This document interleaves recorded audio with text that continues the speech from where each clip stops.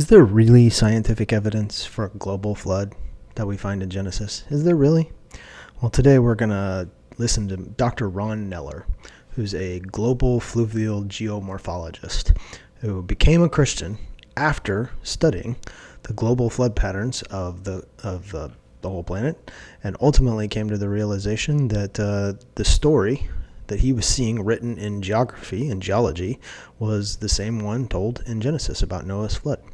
So let's hear the actual science and see if there's any actual evidence. As a flood expert, you came to a conclusion that there had been one worldwide flood. How did that happen? I saw plateaus. They occupy 40% of this planet. I saw underfit rivers all around the world, which are rivers that are in the wrong place. Sedimentary deposits. I saw fossils and so on. All of it points to a catastrophic global event. I came to the conclusion, as a non-Christian, as a scientist, that there was a global flood. Can you just tell us about the journey?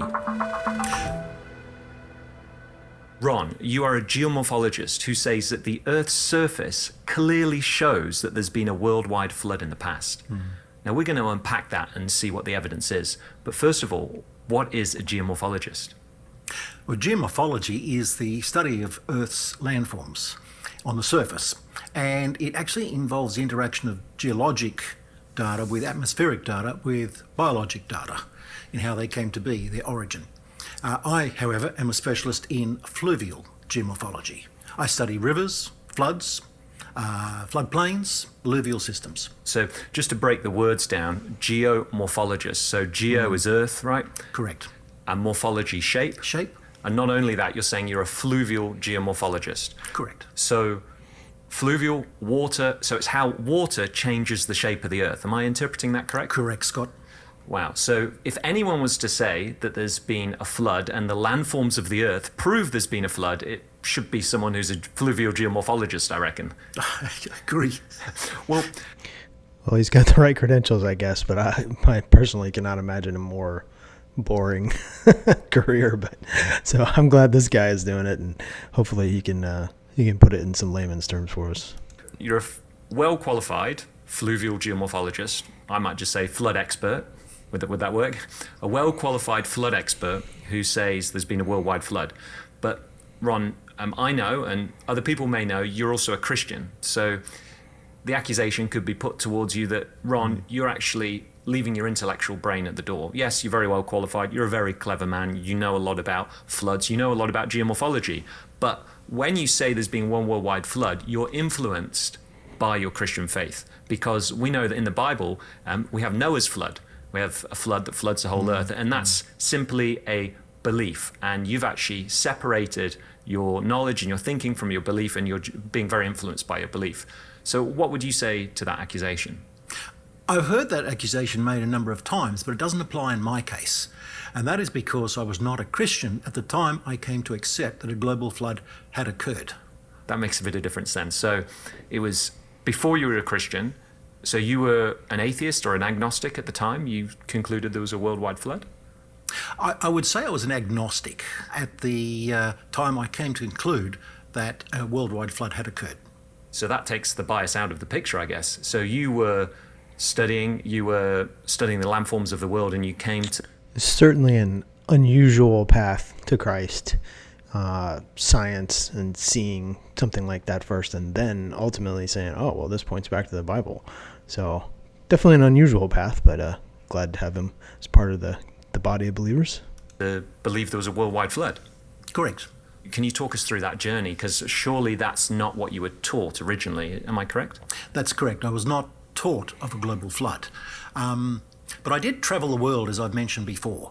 And so I came across many different landscapes that I studied.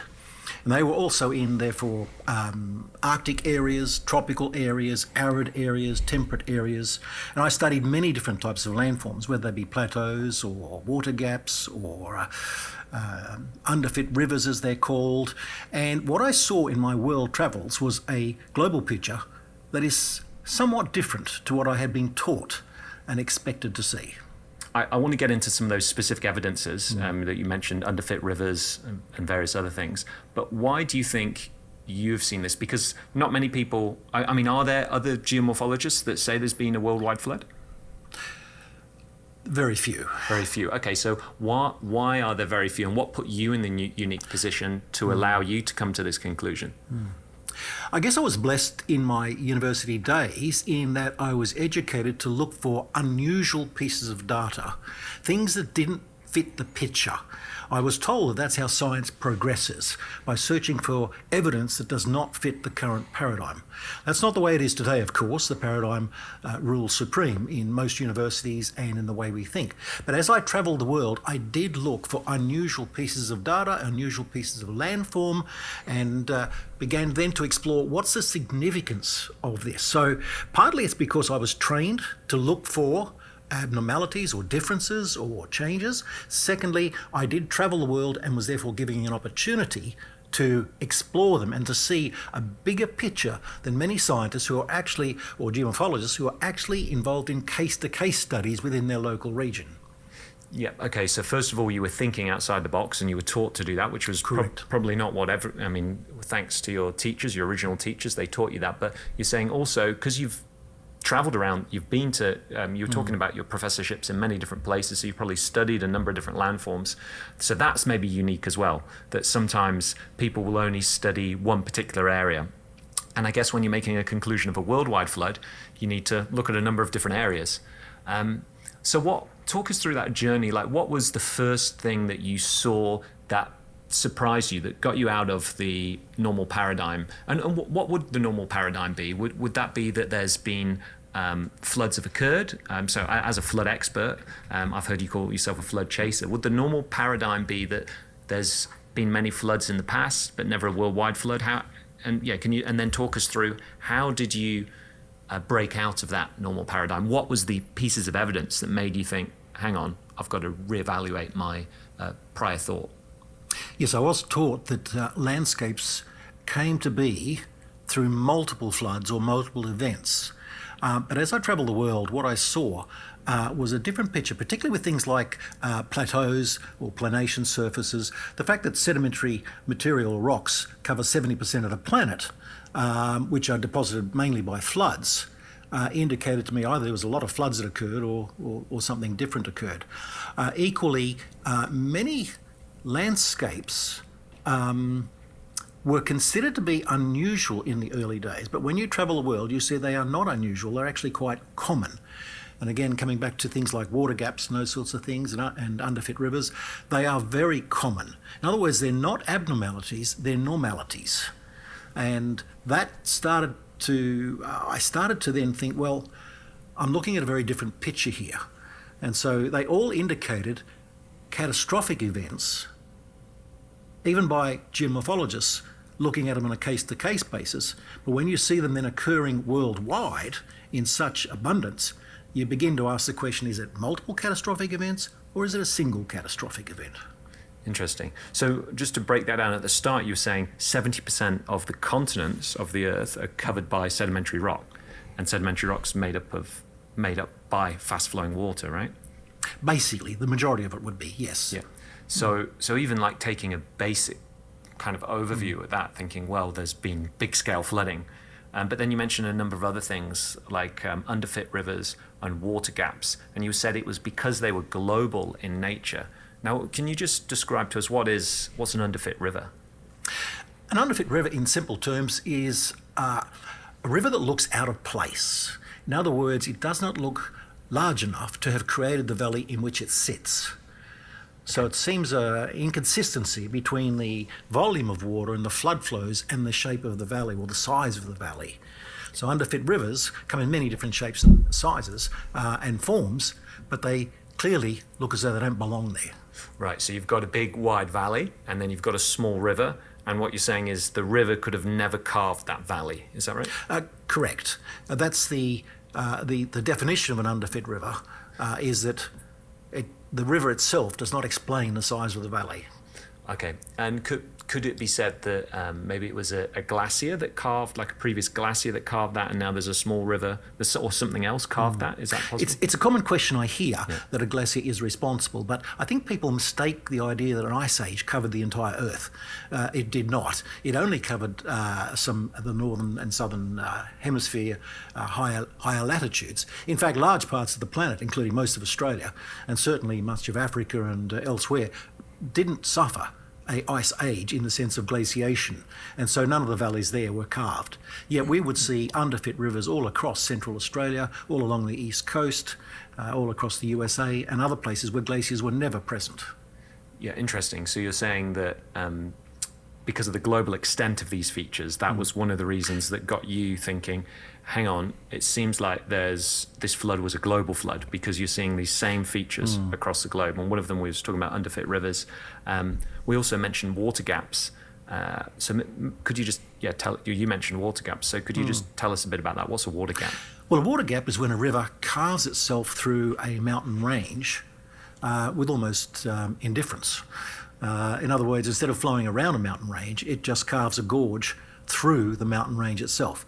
And particularly, say, in central Australia, we have hundreds of them, where small channels, small tributaries, if you like, or small streams, seem to just cut through a mountain range, and leaving the most beautiful landscapes that people love to tour and walk down these incredible gorges. But then when you look at the size of that flow and the size of that mountain, you wonder, well, how did that ever happen? So you're saying that the amount of flow from the river couldn't cut through the mountain, therefore it was a bigger river in the past cut through it, and that river's just a small river that's found that path. The bigger river would have to be very big. Right. Okay, and that's what makes you say, okay, it's like a runoff from a worldwide flood. Yes, because runoff from a worldwide flood is not uniform. It doesn't move off in a flow. It would actually concentrate and then begin to form gorges and water gaps and all those sorts of features. Yeah. As water does anywhere when it flows off something, it creates gullies or rills and those sort of things we see today. If it's a much larger scale, it'll have much more of an impact. Yes. So that's water gaps, underfit rivers, 70% of the continents covered with sedimentary rock. So these were some of the things you were starting to find, and I believe there was a number of other things. Yeah, so it's interesting. So he started to look at global features and noticed certain things occurring globally that didn't make sense unless there was some kind of global catastrophic event. The 70% sedimentary rock is pretty convincing. You know, I don't know how you get 70% of the landmass having sedimentary rock, if what he's saying is true, without some enormous water flow over it. So anyway, very interesting. As well. Yes, for example, plateaus are common. 40% of the planet is essentially sedimentary plateaus. And a plateau is essentially an elevated, relatively flat area. Now, 60% of Africa is a plateau. And so I began to ask the question, how do you find plateaus of elevated areas with relatively uniform surfaces or slightly undulating surfaces that are meant to be hundreds of millions of years old? Surely they would have been torn apart at this stage. Yet to see it so prevalent, as I flew around the world, you could be flying for an hour and still see the same plateau. And you'd ask, well, what happened over those hundreds of millions of years? So that's really interesting. I've never even thought about something like that. Like a plateau over 100 million years, like, should it still exist? Shouldn't it be like weathered down? And yet, like he's saying, like, there they are, like pristine. Not a scientist, but to me, it's interesting to listen to somebody notice something like that that shouldn't exist, and yet it does, according to him. Ron, for those of us that are not earth scientists, what's the problem with a plateau? So just first of all, a plateau, if I got it right, it's an elevated, flat area of land. And I guess I think of is Ayers Rock in the middle of Australia. Is that a plateau? No, Ayers Rock is actually a tilted sedimentary layer. Oh, okay. If you look at the Great Dividing Range, yes, it is actually a plateau. Okay, so you're talking a much larger big thing. Scale. Now, we can have small plateaus. We'd call them different names, mesas and buttes and those sorts of things. They're the remnants of a larger plateau. But we have plateaus still all around the planet. And they are elevated. They have been slightly eroded on top, but nowhere near the extent that one would expect. Yes. The erosion over that period of time. Okay, so because one comes to mind, Tibetan plateau, isn't that that's another example. So it would be a large one, I guess. So what you're saying is the issue with them is that they are raised and that they're flat, and there should be erosion. There should be, yes. So there should be gullies or divots or there should be undulations. Continuous erosion over all of those millions of years. So I would expect to see a more undulating surface. Got you. And you said 40% of the continents are covered by plateaus. Correct. So that's a lot. We're talking about a lot of plateaus, and and if the long ages are true, then we should see undulations, we should see erosion. And what is that because of different weather systems occurring in the plateau? Like, what if it was a uniform weather? Is that possible? Or? No, that's not possible. Yeah. Even in small plateau areas on the Great Dividing Range, even within a single catchment, we've monitored rainfall and erosion and so on. And depending upon where the rain falls on the day, it can have a significant impact or it could have no impact. So it depends on the interaction. As I come back to geomorphology, it's the interaction of the actual geology with the atmosphere, with the biota as well. And so you get highly diverse reactions. But the fact is we don't see it on the plateaus. Yes. So all those millions of years of weather patterns migrating, changing, has had no. If that's what occurred, have had minimal impact. Got you. So seeing the extent of these plateaus, learning the extent of them, made you think, well, the normal explanation for the millions of years don't fit with the plateaus. That's what you're saying. But how does the worldwide flood fit with the plateaus? Because that was the conclusion you came to. I like the way this guy is like asking questions. He's asking the right questions, and then he's reading back his like common sense understanding of what this guy's saying. It's good. The plateaus are made of sedimentary rocks. In other words, they're torn up from other rocks. Now, to do that requires an erosional process, and erosion takes a lot of energy. Now, when you start looking at plateaus that may be up to 12 kilometres deep in sediment, from the top to the bottom, and on average they're about 2 kilometres worldwide, you've got to ask, well, that's a lot of sediment. Where did that come from? Why was it so beautifully packed? Why was it such sedimentary beds so extensive, up to 10,000 square kilometres in area? What river process could do that today? Right. So just to break it down, you said up to 2 kilometres thick worth of sediment. That would be an average. An average. It'll go deeper to 12 kilometres easily. These plateaus easily. Wow. And you're saying that that has to be laid down by one event. I mean, how does sediment usually get laid down? What was your what's the normal belief or the secular belief of how sediment gets laid down? The secular belief is that you would get small amounts of sediment laid down one on top of the other over a long period of time. Via rivers or seas? By rivers, or it could be deltaic, it could be, along those lines, floodplains and so on. That's the argument, is that it would be a very slow process over a long period of time. Got you. And so you're saying because there's such a thick layer, that indicates a flood, is that right? The thickness itself is a problem because that implies an incredible amount of erosion, which we don't see today. By the way. But equally within those plateaus, you see sedimentary layers. You don't even see things like bioturbation, where you've seen previous animal or organic material, root growth, or so on. You just see simple sedimentary beds. I see you're talking the layer upon layer upon layer. Then you should see bioturbation, i.e. biota, living things like worms and things, I guess, burying in between the layers. Yeah, if you look at a sediment today being deposited, say, on a floodplain, let's say you go out there after a rainstorm and you'll see new sediment deposited there. You go back a couple of days later, you will already see plant roots, you will see worms working actively and so on. Yes, so we should see that in the sedimentary record. You should see that between every layer, between every event. Yes. Now, in this case, when you look at these sedimentary strata, you don't see that. You just see How interesting. Yeah. You don't see the bioturbation. Huh. So I guess what he's implying is it must have happened very rapidly. You just see the flat layers. So a flood giving many different inundations would be an explanation for that. Well, what you often see in a flood is you'll actually get many layers put down even in a single event. So to interpret, say, a plateau with all its layers, and you've got all these layers there coming one on top of the other, to say that each was a different event, well, that's not what we see in the world today. If you look at a floodplain being built, or a delta, you could see multiple layers put down in one event. You don't have to interpret every layer as a single event. Right, okay. You can see multiple layers from one event. Yes, and I guess... So that makes... that definitely changes the whole layers of geology, where you see like fossils in different layers, and each layer is supposed to be like ages older or something. If what he's saying is true, then, and you get a whole bunch of different layers laid down at one time, that would mean that going down layers doesn't necessarily equal going way farther back in time, I guess. That was part of... that's part of the decision, or part of the confusion between one worldwide flood and maybe many. Do they say there was many floods? Many that made floods, those layers? many events, Yes. hundreds if not thousands. But you would then expect to see a sedimentary layer with some disturbance on the top from again, coming back to geomorphology, from the interactions of rainfall with biota, biological activity, all operating together. You would expect to see evidence of that.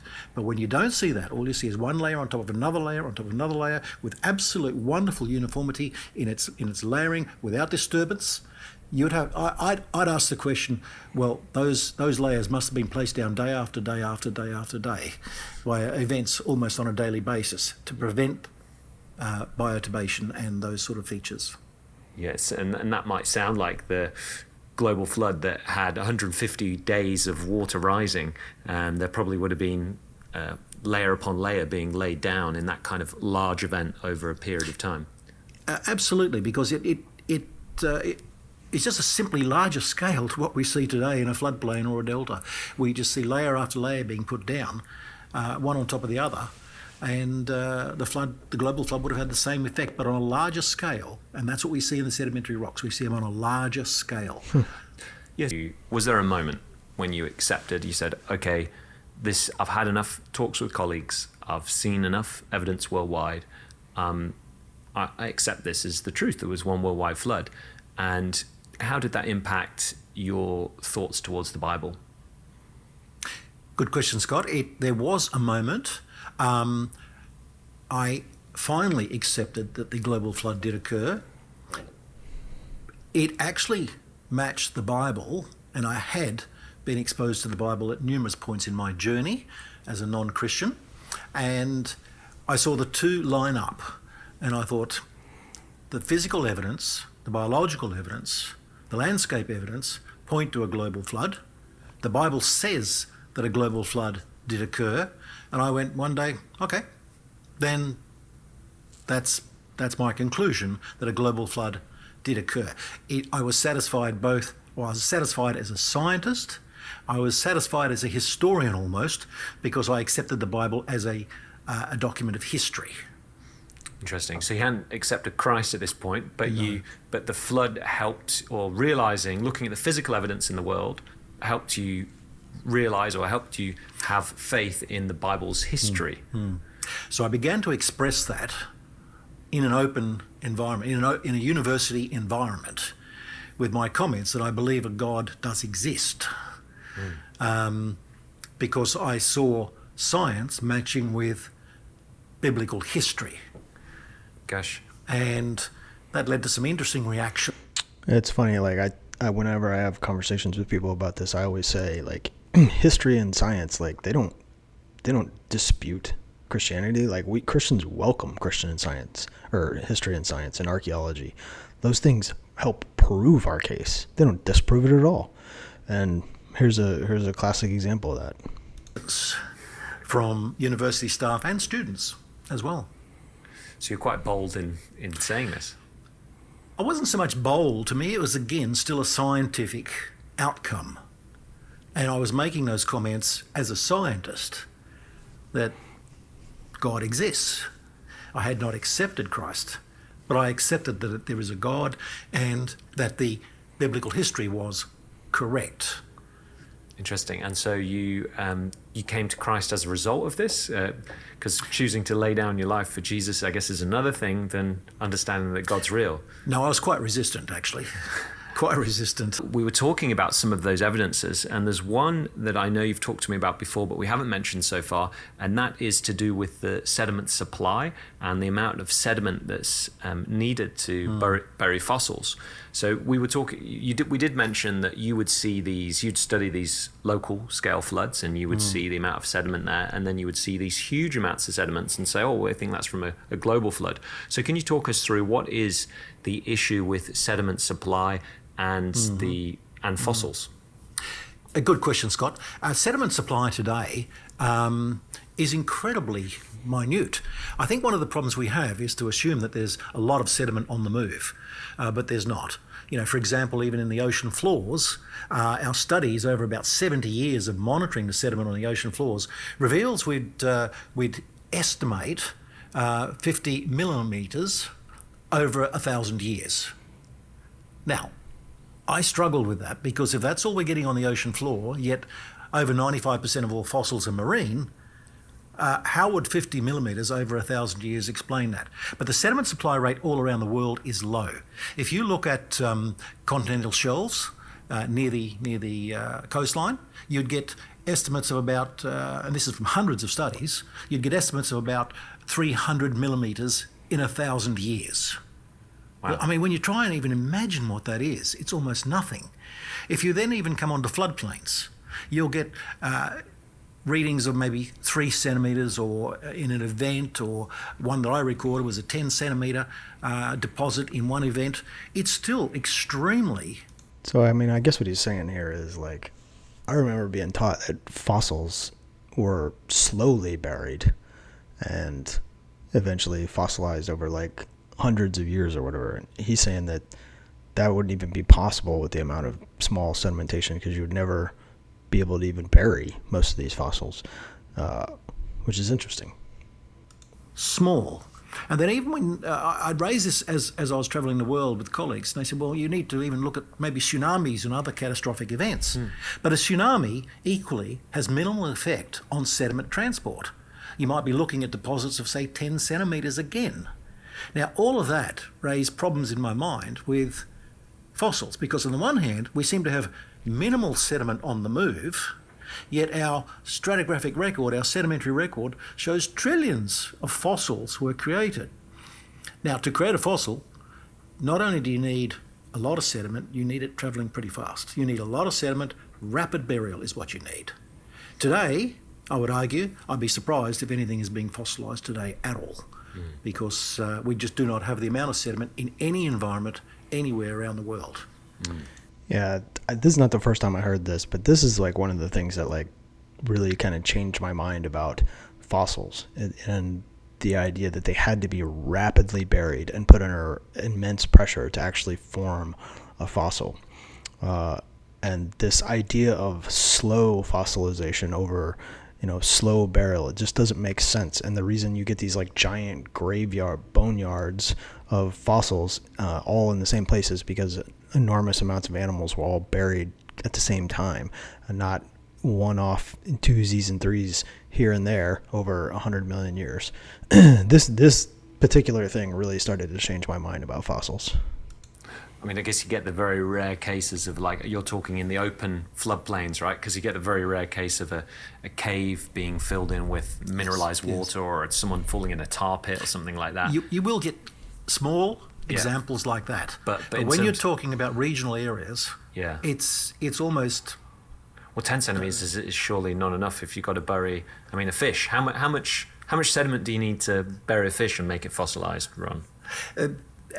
Interesting question, and there's research going on about that now in Japan. But is it more than 10 centimetres? Oh, absolutely more than 10 centimetres. Okay. You would need much more. Yeah. In fact, experiments have been done in laboratories trying to mimic fossilisation. And I've written an article on baby crocodiles being buried in 20 centimetres of sediment, but one of them, of course, bloated and broke out of the 20 centimetres. So in other words, 20 centimetres was not enough, and that far exceeds what we've measured around the world today. In fact, 20 centimetres you cannot achieve fossilisation. You need a lot of pressure. Yes. There's a reason for that, is that if you place pressure on an organism, it forces the liquids out of the body out of the organism, and that allows fossilization. If you don't remove the liquids, you actually can't fossilize. So in other words, the depth of the sediment has to be quite significant to create the pressure. The liquid's then absorbed by the sediment, Right. and allows the fossilization to continue. Yeah, I'm And thinking that's been tested in experiments. You need a lot of pressure. Yeah, I was just about to ask. I think people might be asking, well, how do you know that? But I think you've reviewed a paper where they were making fossil lizards, was it? Correct. What they were doing was placing fossil parts between two pieces of concrete, and for almost 20 years putting a lot of pressure on it but not being able to create a fossil. One day they decided to put that lizard part, or a leaf for example, wrap it up in sediment, into like a flood type sediment, then place the pressure on it, and 24 hours later they had mimicked fossil creation. 24 hours? Created a fossil in 24 hours? Wow, that is very interesting. Wow, so you're saying in 24 hours, Yes. when they included sediment. Yes, because Then the it worked. sediment absorbed the liquid and allowed the fossilization to occur. In other words, how deep is the sediment required? We don't know, but we do know it's got to be tens, if not hundreds of meters deep For the pressure and for the the temperature. pressure and the temperatures to be changed. Yeah, and I guess the other thing you need to look out for there is predators. If, as you say, if it's only a few centimeters of sediment and then it bloats and it floats, the Correct. crocodile You'll example. have predators, you'll also have decomposition, decay, all those sorts of features. And you also explained to me that as in the middle of that 30-year journey, satellite imagery was becoming more available, and Correct. you had a unique opportunity to look at that and see that that showed large-scale features on the Earth as well. Could you tell us a bit about that? Correct, yes. When Landsat images and SLAR images and others became available, it did change the way we thought. And it was an interesting journey because you couldn't even get those images necessarily on computer in the early days. You got them as print copies of Landsat images of parts of the planet. And particularly when I was in Finland, we actually purchased, or that team purchased, all the images for the Amazon, where you could look at the Amazon on hard copy Landsat images. You get a very different view, because why? You can see landscapes you couldn't see before. You could see scales you could never see before. And so that helped us then, to help me particularly, to match landscape to landscape, region to region, feature to feature, and so on. So the moment we started to get access to those sort of images, it was wonderful. So you were describing to me you saw something that really surprised you when you first looked at some of these Landsat images, and it was, instead of the river basin draining in, you saw what looked like to be a huge delta, but because it was covered by the Amazon rainforest, you telling me you couldn't even see it via aerial photography. It had to be the satellite photography. Can you tell us about Correct. It was an interesting experience I had. All we had was lots of images. So one day I asked if I could have the hall at the university, and this was in Finland. I laid all the images out on the floor of the hall, and then climbed up a ladder and went up to the top. And at that point I looked down, as no one had done before, and I saw the drainage system was not a normal one, it was a reverse drainage system. And I said, this is exactly the opposite of what one would expect over a large area. It was 10,000 square kilometres. And quite simply then, the team contacted a friend who was in the Amazon at the time, get some samples, and it turned out to be a volcanic fan, massive volcanic fan. It's called volcanoclastic material, and a fan. So these images changed the way we could see much of the landscape, gave us insights. Even with the underfit rivers, we thought they were rare. But once you saw them, you started to realise that 50% of all the rivers in France immediately showed that they were underfit. They were not the abnormal, they were the normal.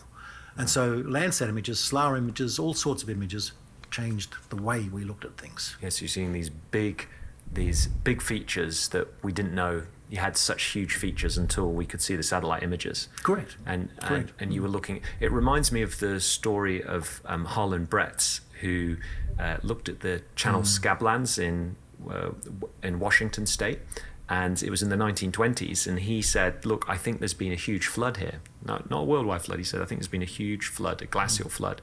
And everyone disagreed with him. But it wasn't until the 70s when they started looking at the satellite imagery that they said, oh, look, he's been right for 40 years and we've all been wrong. And yeah, the channeled scablands are very interesting. Who is it? One of those guys that is always on talk shows with like Graham Hancock talked about the channeled scablands and how there are like ripples that are so big they're like 15 feet tall or something like that. So like if you see like ripples underneath the ocean towards the beach, those are basically the same kind of ripples, only they're across this like gigantic landscape and 10 feet tall and can only be created by a giant flood. So that's pretty interesting too. I've even read a record of one geologist visiting the area in the 60s, and he was one of his vehement opposers, who would say things to him like it was preposterous what he was saying, or that he was incompetent. But when he visited the site and looked at the gorges, he said, how could have I been so wrong? So I wonder if we'll get the same with the world. Okay, maybe they won't become Christian, but they'll start to recognize that there's been a worldwide flood. Do you think that's a possibility? Good question, Scott. I think paradigm is very strongly embedded in society, very strongly. It's a faith. Yes. It's a faith. It's not a scientific belief. Yes. It's a faith. They will argue it's not a faith, but it is. Thanks a lot for your time here. My pleasure. We've explored. It's funny because that's exactly what I was sitting here thinking is like his colleagues were criticizing him for, essentially letting his faith guide his decision-making criteria around this, but that's exactly the same thing secular people do. I mean, it's a dogma, it's a faith that God can't exist, the Bible's not true, so they can't come to any conclusions that disagrees with that dogma. It's exactly the same thing. Your journey into discovering there was a worldwide flood as a professional geomorphologist. Now, why can Christians maybe haven't got the professional background as you, how can they be sure that there was a worldwide flood? Well, they won't get it from current universities, let's put it that way. And I would say simply, you actually have to go to Creation Ministries International, to the website. There you will see dozens, if not more, scientists from all around the world arguing from their own experiences that a global flood did occur. And I would encourage Christians to be using the Creation Ministries website, because that's where you'll find the majority of data that points to it. It's accurate data, it's scientific data, it's not a Christian belief. It's as you heard in my case, it's actual scientific data. Yeah, so I mean, I can already hear the naysayers. Oh, it's pseudoscience. It's pseudoscience. It's just totally ridiculous. Like, he just argued a whole bunch of points from data. They just don't like the source. They don't like the conclusions. Whatever. There's more out there. I'm glad to have found some of this kind of stuff. I don't know if the Earth is 6,000 years old or 50 million years old or whatever, but growing up forever, I thought that the argument was entirely one-sided. There was nobody even trying to find evidence or data to support the biblical case. There was no effort to even try to prove it. And then you see this and you're like, oh no, there's real science out there. It's just not popular or interesting. So people don't really care about it all that much. So I know I'm sure most people will find this kind of stuff boring and it's not nearly as exciting, but I like anything that has strong data behind it, and you can see that there is not just a clear-cut answer between these two positions. There's arguments of data back and forth. So anyway, hopefully you found it interesting, and go do your own research.